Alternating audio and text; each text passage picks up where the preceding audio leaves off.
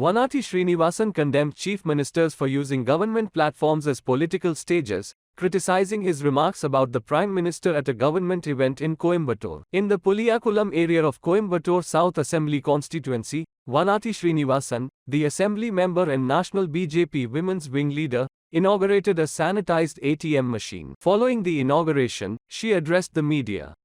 இன்று காலை பொள்ளாச்சியிலே மாநில அரசு நிகழ்ச்சியிலே மாநிலத்தினுடைய முதலமைச்சர் திரு M.K. ஸ்டாலின் அவர்கள் கலந்து கொண்டு கோவையிலே ஜைகா நிறுவனத்தின் உதவியோடு கட்டப்பட்டிருக்கக்கூடிய 300 படுக்கை வசதிகள் கொண்ட ஒரு கூடுதல் வளாகத்தை திறந்து வைத்தார். அரசாங்கத்தினுடைய பல்வேறு திட்டங்களை துவக்கி வைக்கின்ற அந்த நிகழ்ச்சியில் அவர் பேசுகின்ற பொழுது அது ஒரு அரசு நிகழ்ச்சியாக இல்லை. அரசு நிகழ்ச்சி என்பதால் சட்டமன்ற உறுப்பினர்களாக நாங்கள் அங்கு செல்கிறோம். அதுல அவங்க கட்சிக்காரங்க எம்எல்ஏக்கள் எம்பிக்கள் இருந்து பேசுறதுங்கிறது ஒன்று.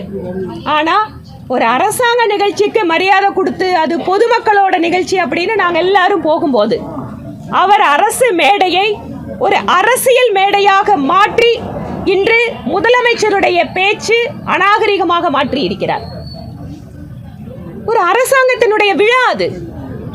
அரசாங்கத்தின் விழாவில் மாண்புமிகு பாரத பிரதமரை பற்றி குறை கூறியது, பாரதிய ஜனதா கட்சியை பற்றி கூறியது, இவை எல்லாமே அரசியல் நாகரிகத்திற்கு அப்பாற்பட்டதாக நாங்கள் பார்க்கிறோம். அவர் அதற்கு முன்பாக பேசுகின்ற பொழுது தமிழகத்திற்கு மத்திய மோடி அரசு என்ன செய்தது என்று கேட்டிருக்கிறார். பிரதமர் மோடி அவர்கள் அரசு நிகழ்ச்சிகளில் ஆயிரக்கணக்கான கோடி ரூபாய்களுக்கான அரசு நிகழ்ச்சிகளை துவக்கி வைக்கின்ற பொழுது பக்கத்திலேயே உட்கார்ந்து கேட்கிறாரு, அவருக்கு தெரியலையா தமிழ்நாட்டுக்கு என்ன பண்ணாரு மோடின்னு? ரொம்ப நாள் இருந்தா கூட பரவாயில்லைங்க. 2021க்கு பின்பாக இந்த மாநில அரசு வந்ததற்கு பின்பாக எத்தனை முறை பிரதமர் மோடி அரசு நிகழ்ச்சிக்காக வந்திருக்கிறார்? எத்தனை ஆயிரம் கோடி ரூபாய்களை தமிழகத்திற்காக கொடுத்திருக்கிறார்? உங்களுடைய காதுகளை வசதிகளாக நீங்கள் அதை அப்படியே மூடி வைத்து விட்டீர்களா? இன்னொன்று, இன்று துவக்கப்பட்டதாக அல்லது நாங்கள் இந்த கோவை மாவட்டத்திற்கு கொடுப்பதாக சொல்லக்கூடிய முக்கியமான விஷயங்கள், அவனாசி ரோடு மேம்பாலம் யார் ஆட்சியில் யார் கட்டியது? உக்கடம் மேம்பாலம் யார் ஆட்சியில் திட்டமிட்டு யார் கட்டியது? பில்லூர் கூட்டு குடிநீர் திட்டம் 3 யார் ஆட்சியில் திட்டமிடப்பட்டு அது இப்போது துவக்க விழாவிற்கு வந்திருக்கிறது. இன்னும் பல்வேறு விஷயங்களை சொல்லலாம். அங்கு தென்னை விவசாயிகளுக்காக என்ன அறிவிப்பு வரும்னு நான் என்ன பார்த்தேன்னா, சட்டப்பேரவையில் நான் பேசுகின்ற பொழுது தென்னை விவசாயிகளுடைய வாழ்க்கை தரம் உயர்வதற்காக தேங்காய் எண்ணெயை ரேஷன் கடைகளில் கொடுக்க வேண்டும் என கோரிக்கை வைத்தேன். அதை பற்றி எந்த ஒரு அறிவிப்பும் கிடையாது. ஆனால் வேர்வாடல் நோய், இலைவாடல் நோய், அது இருக்கிற தென்னை மரத்தை வெட்டி எடுக்கிறதுக்கு 10 கோடி ரூபாய் கொடுக்குறேங்கிறார். அந்த மரத்தை காப்பாத்துறதுக்கு விவசாயிகளுக்கு உதவி பண்ணுங்கன்னு உங்களை நாங்கள் கேட்குறோம். ஆனால் நீங்கள் தென்னை மரத்தை வெட்டி போடுறதுக்கு பணம் கொடுக்குறீங்க. மாநிலத்தினுடைய முதலமைச்சரே, விவசாயிகளுடைய வாழ்க்கை பற்றி உங்களோட அக்கறை இதுதானவா? இரண்டாவது, தென்னை மக்கள் அந்த தேங்காய் உற்பத்தி செய்யறது இல்லை தேங்காய் உடைய விற்பனைக்காக மின்னணு வேளாண் சந்தையை இந்த பகுதி விவசாயிகளுக்காக நான் உருவாக்கி கொடுக்கிறேன்னு மாநிலத்தோட முதலமைச்சர் சொல்றாரு.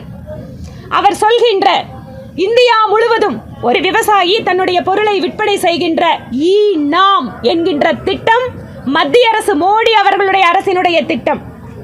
அதை ஏதோ புதிதாக தென்னை மர விவசாயிகளுக்கு பொள்ளாச்சியில் நின்று நான் உங்களுக்கு கொடுக்குறேன்னு சொல்லி பெருமை பேசுறீங்களே மாநிலத்தினுடைய முதலமைச்சர், அது மத்திய அரசினுடைய நாம் திட்டம். இந்த மாதிரி ஒவ்வொன்றா சொல்லலாம். நீங்கள் இன்றைக்கு வாட்ஸ்அப் யூனிவர்சிட்டி பொய் பரப்புறாங்க பிஜேபி காரங்கன்னு சொல்கிறீங்க. இந்த பொய் பரப்புறது, வாட்ஸ்அப் யூனிவர்சிட்டி வச்சிருக்கிறது, இது எல்லாமே திராவிட முன்னேற்ற கழகத்திற்கு சொந்தமானது. ஏனென்றால் திராவிட முன்னேற்ற கழகம் ஒவ்வொரு முறையும் தமிழகத்து மக்களிடம் பொய் பேசித்தான். 1967 இருந்து நீங்கள் பொய் பேசி தான் ஆட்சிக்கு வந்திருக்கீங்க. ஆரம்பத்தில் நீங்கள் அரிசி எத்தனை கொடுப்பேன்னு தமிழ்நாட்டு மக்களுக்கு சொன்னீங்க. இன்னைக்கு 3 படி அரிசின்னு சொன்னீங்க. அதுக்கப்புறம் 1 படி அரிசி நீங்கள் பொய் பேசி ஆரம்பிச்சது நீங்கள். அதனால் இந்த வாட்ஸ்அப் யூனிவர்சிட்டி பொய் பேசுறது இதெல்லாம் திராவிட முன்னேற்ற கழகத்திற்கு கைவந்த கலை. நீங்கள் போன தடவை நாங்கள் வந்தால் முதல் கையெழுத்து நீட்டுக்குன்னு சொன்னீங்க. இன்னைக்கு வரைக்கும் அது பொய் தான். நீங்கள் அந்த பொய்யை மாற்றவே இல்லையே. அதே போல் மத்திய அரசு கொண்டு வருகின்ற திட்டங்களை மாநில அரசு எங்கே தடுத்ததுன்னு கேட்டீங்களே. சென்னை சேலத்திற்காக 8 வழிச்சாலை மத்திய அரசு இங்கு கொடுக்கின்ற பொழுது தடுத்தது யார்? இன்றைக்கு பல்வேறு விஷயங்களை சொல்லலாம்.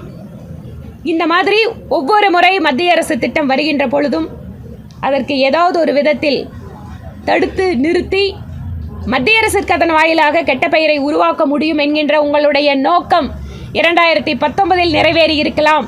ஆனால் 2024 தமிழகத்தினுடைய மக்கள் விழித்து கொண்டிருக்கிறார்கள்.